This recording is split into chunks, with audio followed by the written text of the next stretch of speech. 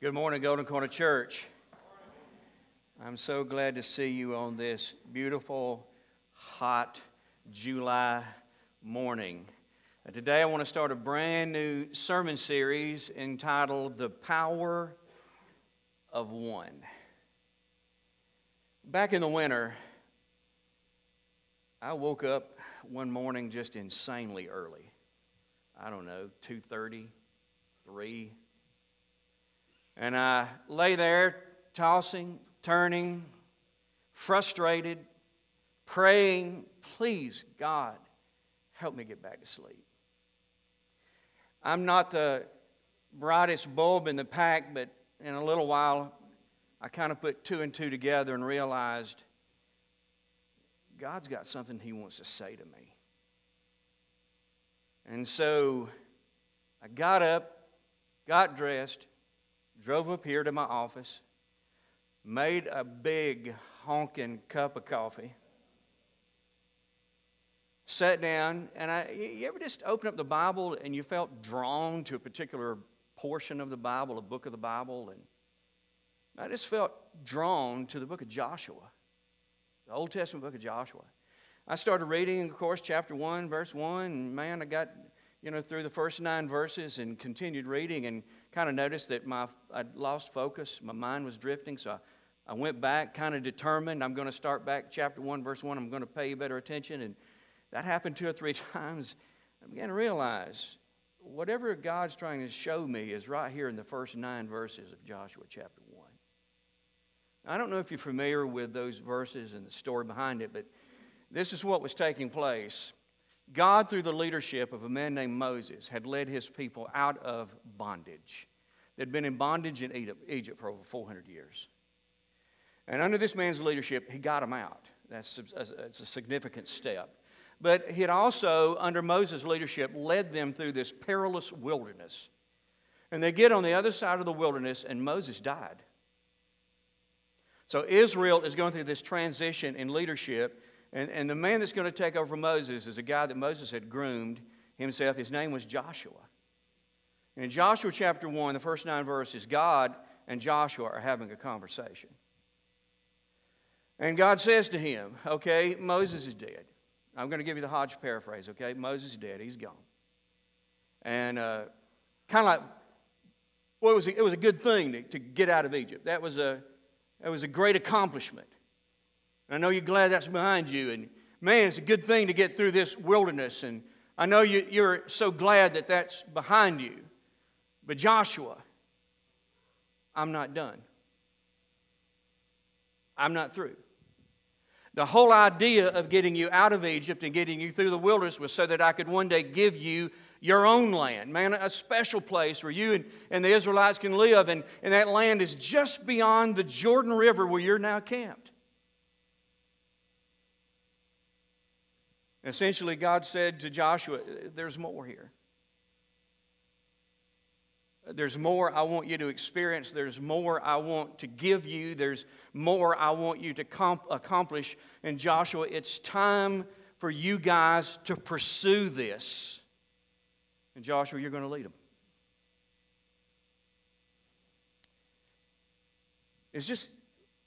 I just had one of those moments as I read this and reread this where I was sure God said something to me. It wasn't a mysterious, weird, mystical thing, but in my mind and in my heart, I knew that He said something to me. He said, Ronnie, this is exactly where Golden Corner Church is. You guys have had 24 good years. I've done a lot of great things for you. You've come far. But there's more. Well, I'll never forget, I grabbed a pad and pencil and I wrote that. Man, there's more. This is what God is saying to me about Golden Corner Church.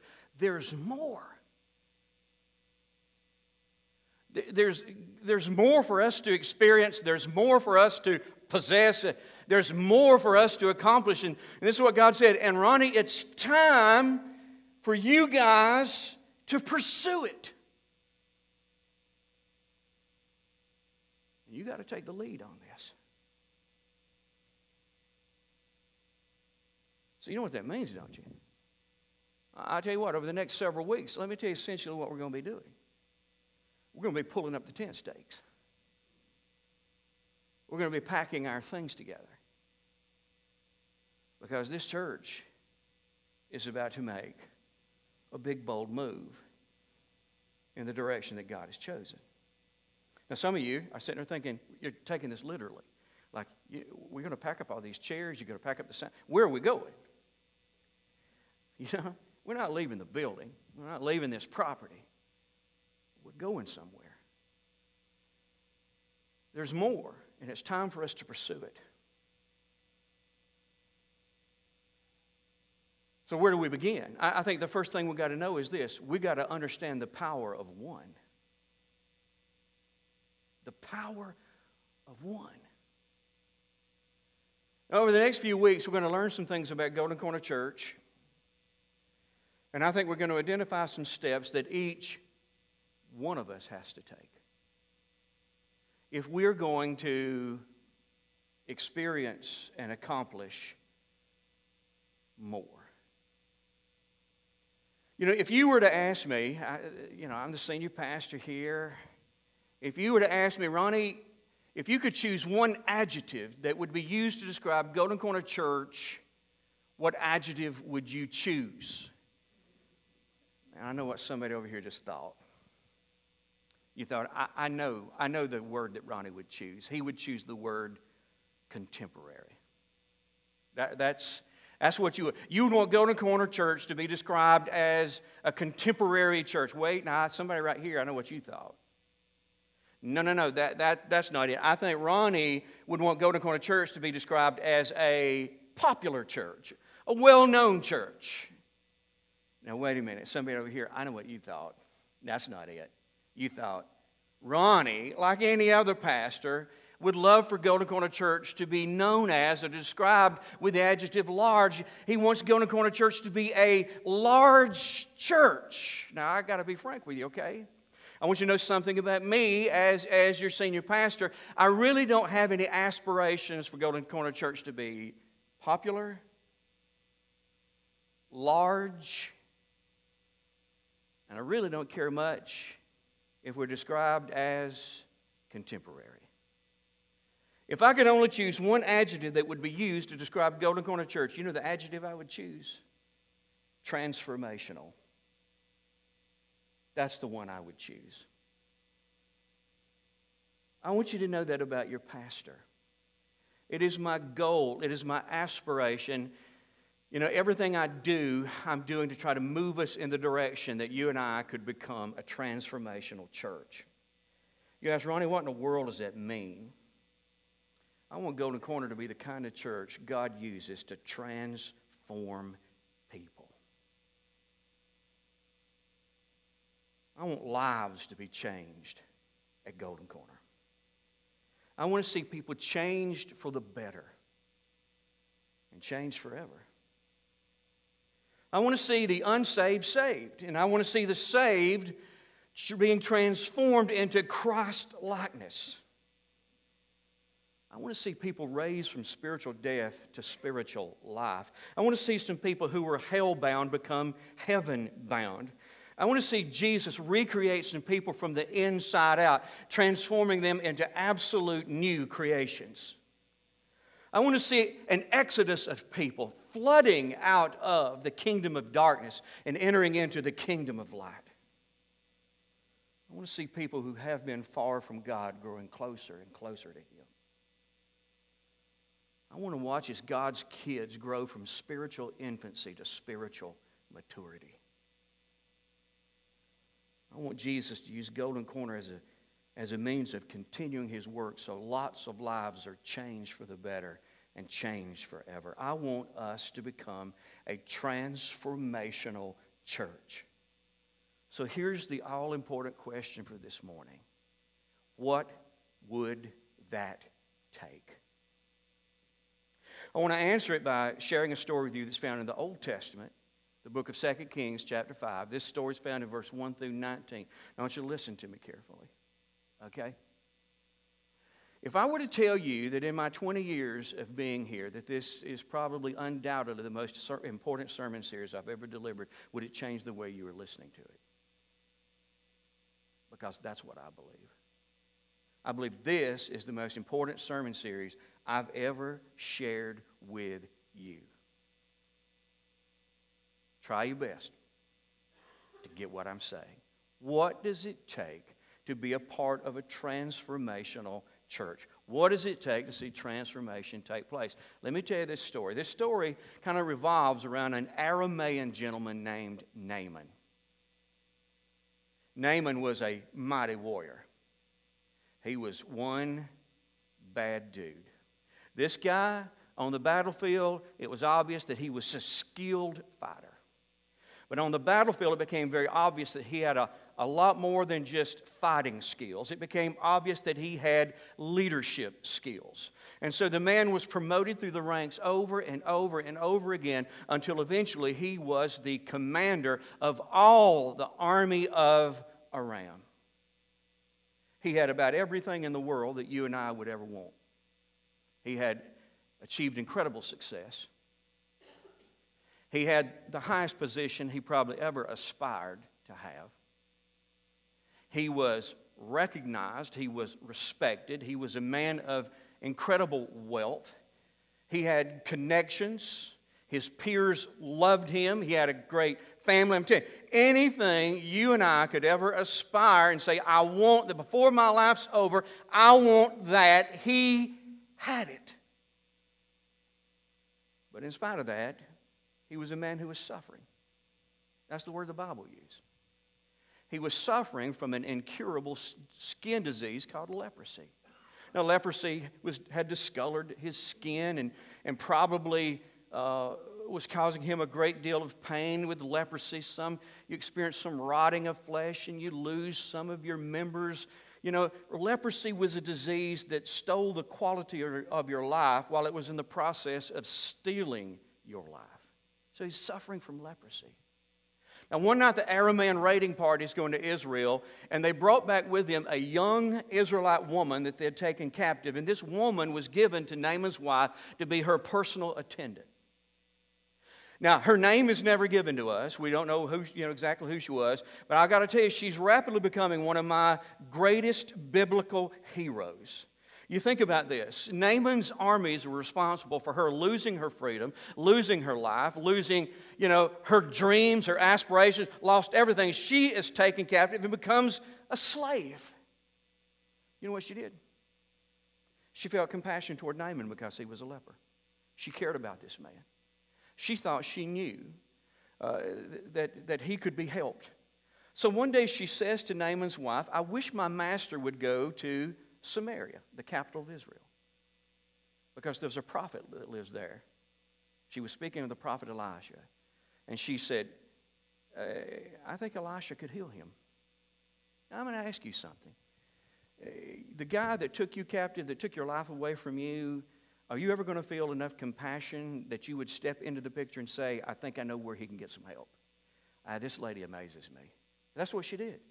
She said, I think that if he would get to Samaria, meet the prophet could and would heal him. I think he would take care of him. Well, the next thing you know, Naaman's wife is telling him about it. Today, perhaps, I was talking with our servant girl, and she told me that there's this guy in Samaria, a prophet that she believed could heal you of this leprosy once and for all. Well, you know what he felt when he heard that? He obviously felt hope. I think he got excited that perhaps this could be the end of a real nightmare for him. So you know what he did? He goes to work to see his boss, the king of Aram. And he makes this pitch. He sits him down and says, I got to tell you about something. Got this little girl that works for us. She shared something with my wife. She told her that there was a guy in Samaria, in Israel, that could probably heal me. And he's telling the king, he's telling his boss this because you know what he's wanting? He's wanting some time. He wants his permission to take a leave of absence and go to Samaria and see how this would unfold. Well, you know what his king said? Well, absolutely.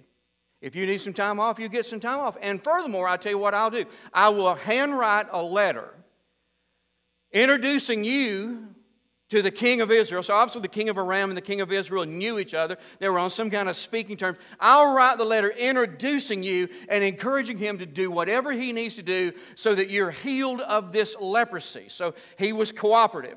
So Naaman goes home and he starts packing for the trip. He puts together a team of his buddies, probably some of his officers, I believe. He packs 750 pounds of silver, 150 pounds of gold, and 10 changes of clothes. Now, why was he doing this? I think he believed that anybody who would heal me of this is probably going to charge a great deal, and I believe he's making sure that he's got enough to pay for this healing. And so they pack everything up and they go to Samaria.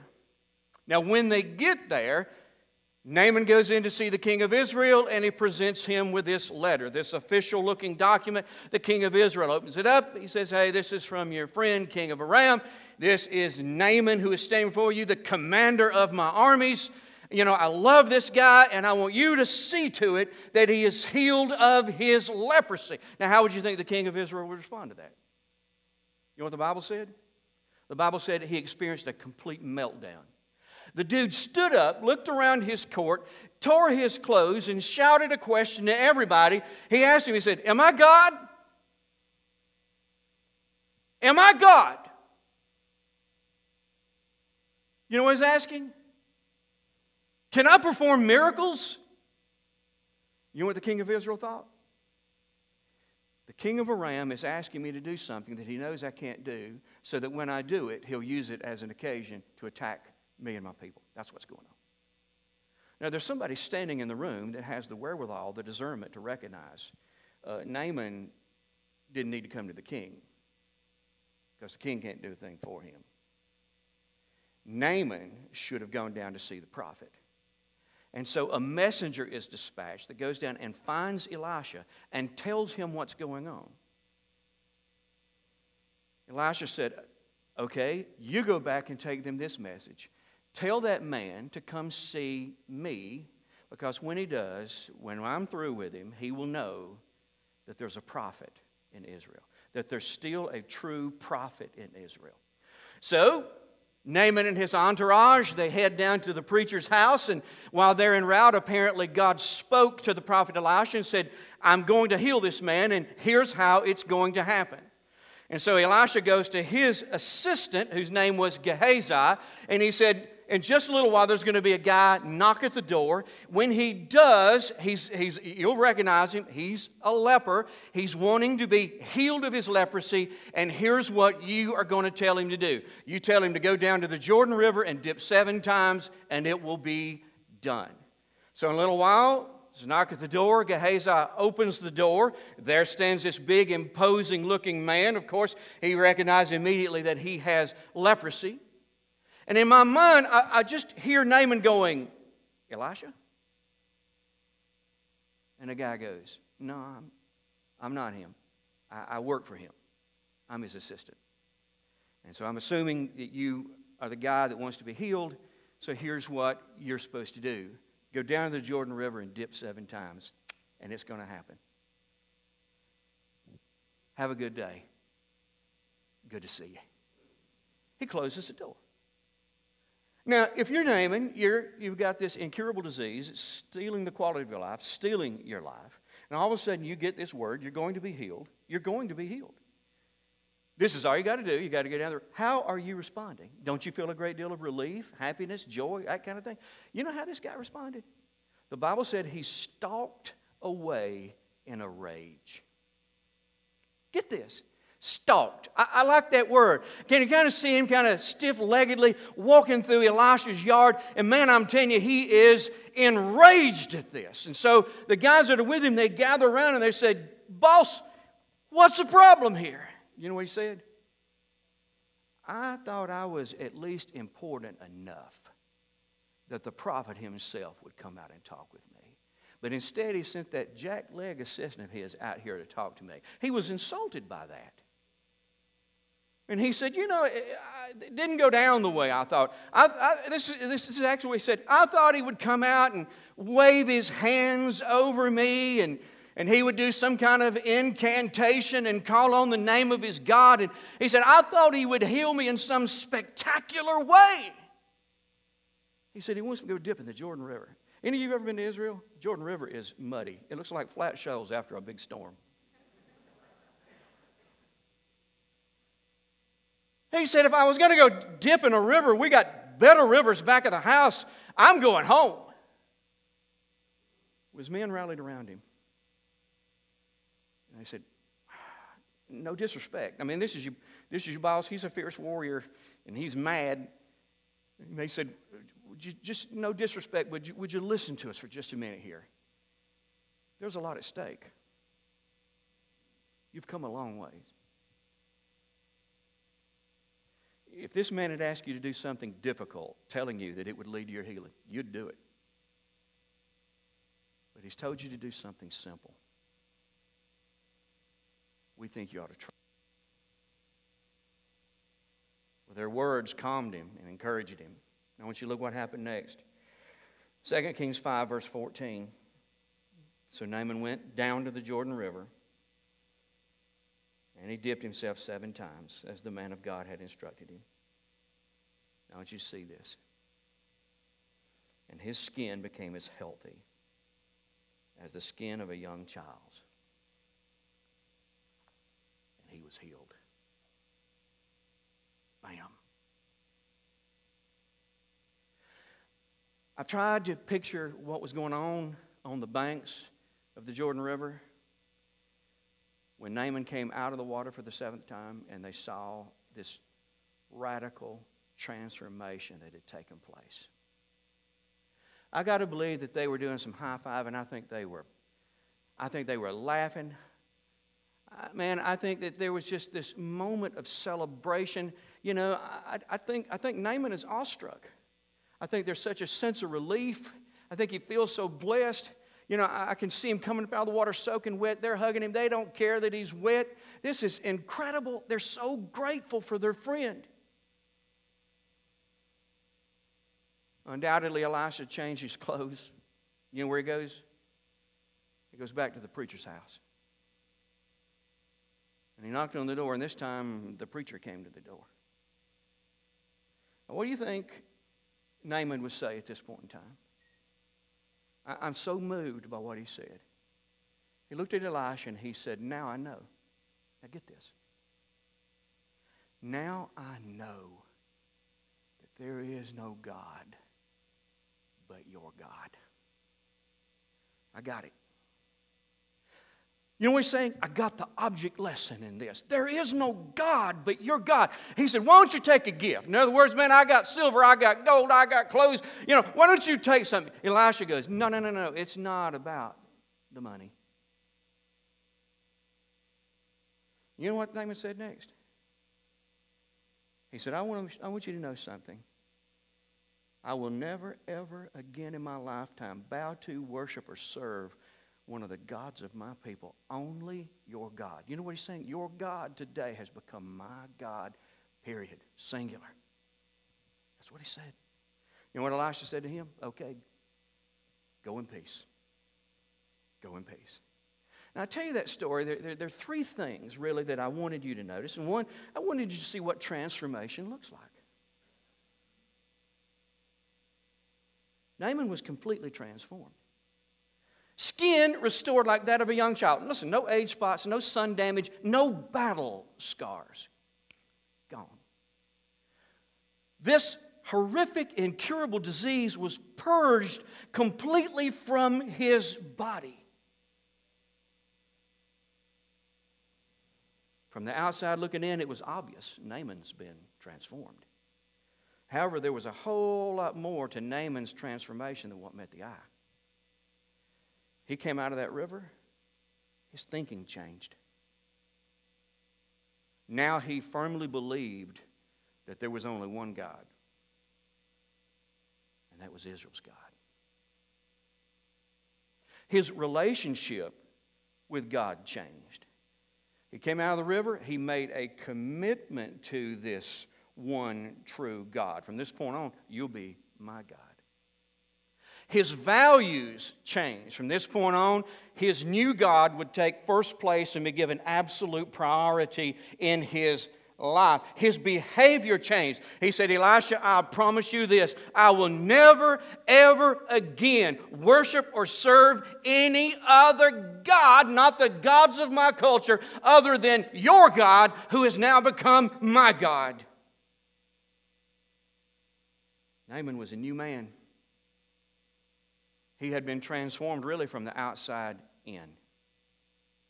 Guys, that's what transformation looks like. The transformation I want to see take place at Golden Corner Church is a lot like that. I think the only difference is I want to see a transformation that starts on the inside and works its way out. Man, I want to see people saved. I want to see them accepting Jesus. And I want to see them enter into the process of growing up. And watch them evolve into Christ-like people. Watch that salvation work its way to the exterior so that you can see that these people have been radically transformed from the inside out. Now, there's a second thing I wanted you to see here. And that is that only God can change a life. Who was responsible for this transformation? You know, I think a lot of folks would say Elisha. Naaman recognized who was responsible. When he goes to Elisha's door, he said, now I know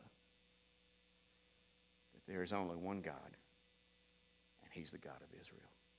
He knew who to give the credit to. You see, guys, transformation is the work of God. It's the byproduct of a work of God. There's a third thing I want you to see. I want you to see that God uses teamwork to transform lives. This is a big one, man. You ready? Everybody kind of regroup. Third thing I want you to see, God uses teamwork to transform lives. Whom did God use to transform Naaman? You say, well, of course, Elisha. Well, Elisha did play a key role in his transformation, but is he the only person God used? Now, let's go back into this story just for a second. I want you to think about something. Where did this transformation all begin? There was a little girl whose name we don't even know, who cared about Naaman. And she thought she knew where he could get help. And she cared enough that she spoke up and said, I think this would be worth a shot. Started with her. Does Elisha ever get a chance to be a part of this if she doesn't speak up? Well, then somebody else said, I think I'm going to get involved. Naaman's wife, she now had this knowledge in her. She said, I think I'm going to share it with him. Naaman's wife chose to get involved. She did what she could. She passed this information on. Naaman goes to see his boss, tells his boss what's going on. His boss says, I think I'll get in on this. You need time off? You got time off. You need a letter of recommendation, introduction? I'll give you one. So now he's getting involved. He said, yeah, go. When Naaman's standing there in front of the king of Israel and he's having this meltdown, there's somebody whose name we're never given, who's standing there that recognizes he needs to be talking to Elisha, and took a message to Elisha and brought a message back. There's an unnamed messenger here who chose to get involved. Then, of course, Elisha does get a word from the Lord, and he passes it over to Gehazi, so Elisha's involved. Naaman comes to the door. Gehazi is now involved. Naaman is angry and he's getting ready to leave, and all of his officers and friends jump in and rally around him, and now they're all involved, going, man, you ought to try this, you ought to do this. You see how God used people working together toward a common goal to change a life? The fact is, God used teamwork, people working together toward a common goal, transformation, to change a man's life. Here's what we've learned thus far. You say, what does it take for transformation to take place? Here we go. Here's what we've learned thus far. Only God can change a life. Only God can change a life. But God uses teamwork to change lives. You got it? Only God can change a life, but God uses teamwork to change lives. Now, as important as these lessons are, there's a more important lesson I really wanted you to see. I want you to see the power of one. Time out. I want you to whisper a prayer in your heart right now. God, help me get this next part. God, help me get this next part. I know you're tired. I know you are. I'm tired. You know what time I got up this morning? I got up at 2:15. And that wasn't my choice. I'm so tired. You know why I think I'm so tired? Because this is a critical sermon. This is a critical day. This is a critical moment. I think this is why you're tired. So I'm asking you right now to whisper this prayer in your heart. God, help me get this. In spite of fatigue, help me get this.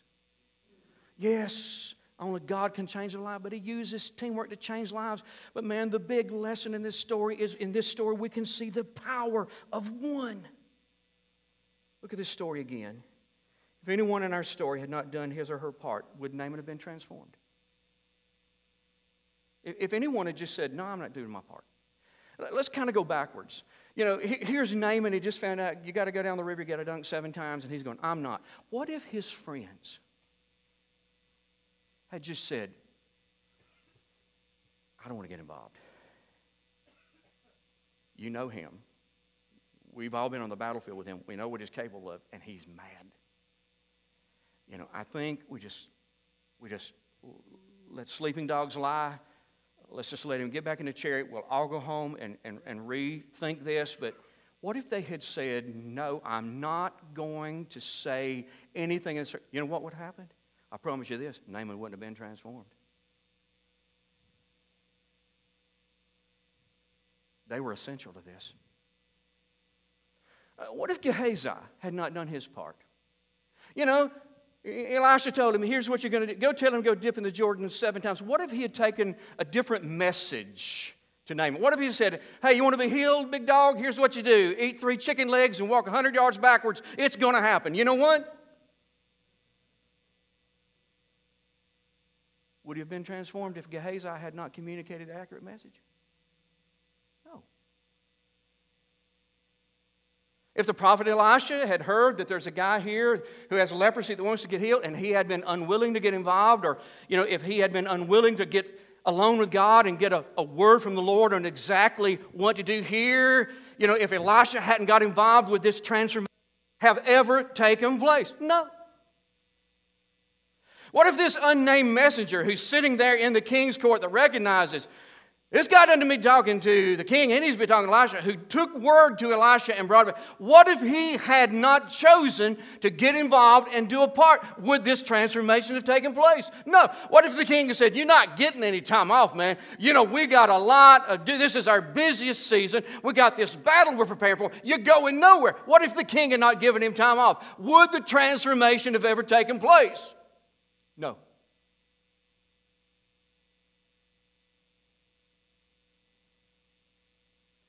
If Naaman's wife listened to the servant girl and just thought, I'm not sharing that with him. I don't want to get his hopes up and set him up for one more disappointment. And she says, I'm not telling him about this guy. Would the transformation have taken place? No.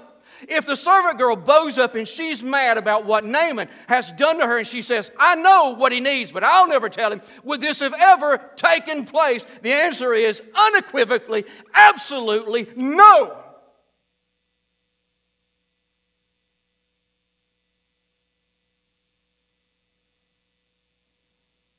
If any one of these people had not done his or her part, Naaman would have never been transformed. He would have missed out on a miracle and eventually died a leper. That's the power of one. Every member of the team had an equally important role, and when each member did his or her part, God did His part. And the result was transformation. How does this apply to us? I probably don't even have to say, do I? What does this mean to go to church? You understand we're a team. That's what a church is. We're a team. That you were handpicked by Jesus himself, equipped by him, and sent to this church to be a part of a team. We're a team. You're a team member. You're a team mate to everybody else at Golden Corner. As a team, each of us has an equally important role to play. Now, I want you to make sure that you heard what I just said. As team members, we have an equally important role to play. Frankie, your role is as important as mine.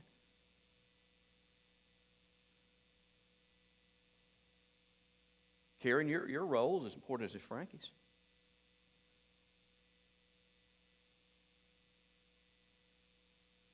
Gerald, your role is as important as Dana's. Dana's yours is as important as Gerald's.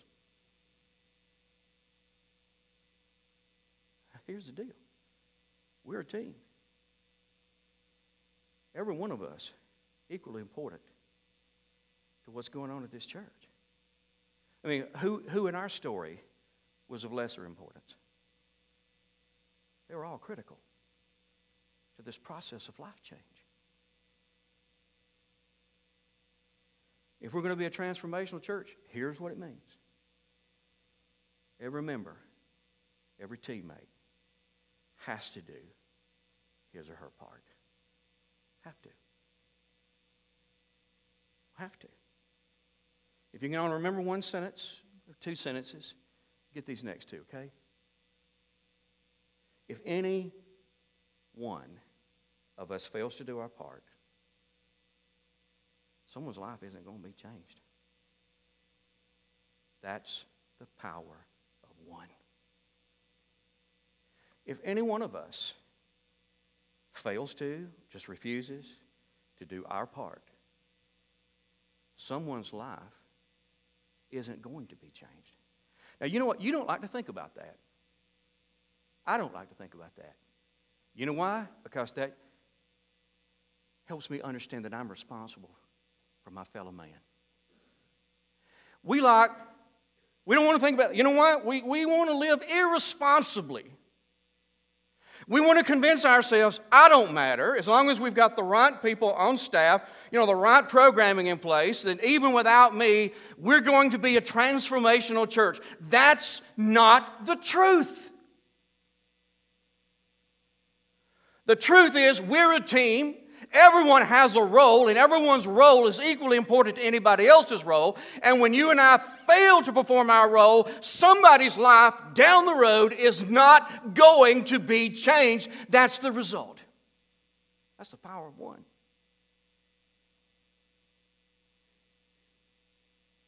And there are consequences to our decisions, consequences to our actions.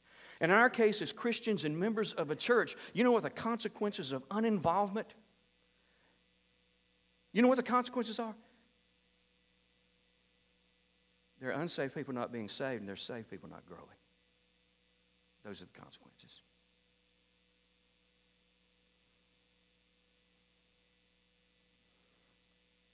Holy moly. I could reap some real consequences from taking you this late from our children's workers when I... So let me just make this. Let me wrap this up. In light of what we learned, we're going to do. Here's what we're shooting for, guys. We all got to do our part. We all got to do our part. I think for us to do our part, one of the things we've got to recognize is that we all have a role, and it's equally important. We also got to recognize the consequences of refusing to do our part. When you and I make a conscious decision, I'm not doing what God sent me to that church to do. That's just the way it is. I don't mind going. I don't mind listening, that kind of thing. But I'm not going to do anything. You understand that you're choosing to prevent somebody from being changed. That's the decision. That's the power of one. So to do our part, we've got to recognize how important we are, that we are part of a team and we are important. We've got to recognize the cost of not getting involved. But you know what we've got to know? We've got to know what our part is. What is our part?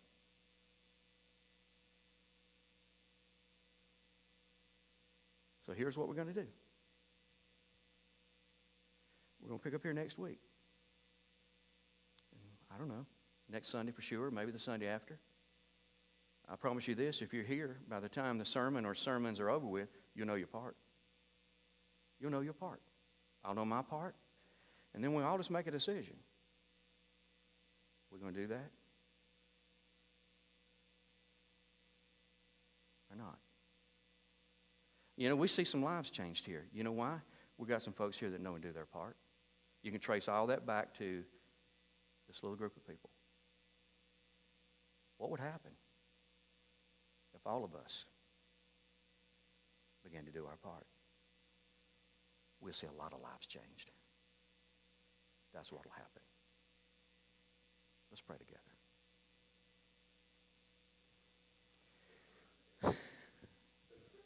Father, I just pray this. Sunday by Sunday, Sunday by Sunday, you just lay the block. Just lay the block. Build this church as you want to build this church. Rebuild this church as if you want to rebuild this church. Whatever you want to do. But the bottom line is, in your great scheme of things, in your plan, Golden Corner was meant to be a transformational church. We are to a degree, but then, Lord, we've got so much room for growth and improvement. I pray that you help me be an honest communicator, a faithful communicator. I'm going to trust you, Lord, to just do the rest. In the name of Jesus, we pray together. Amen. You're dismissed.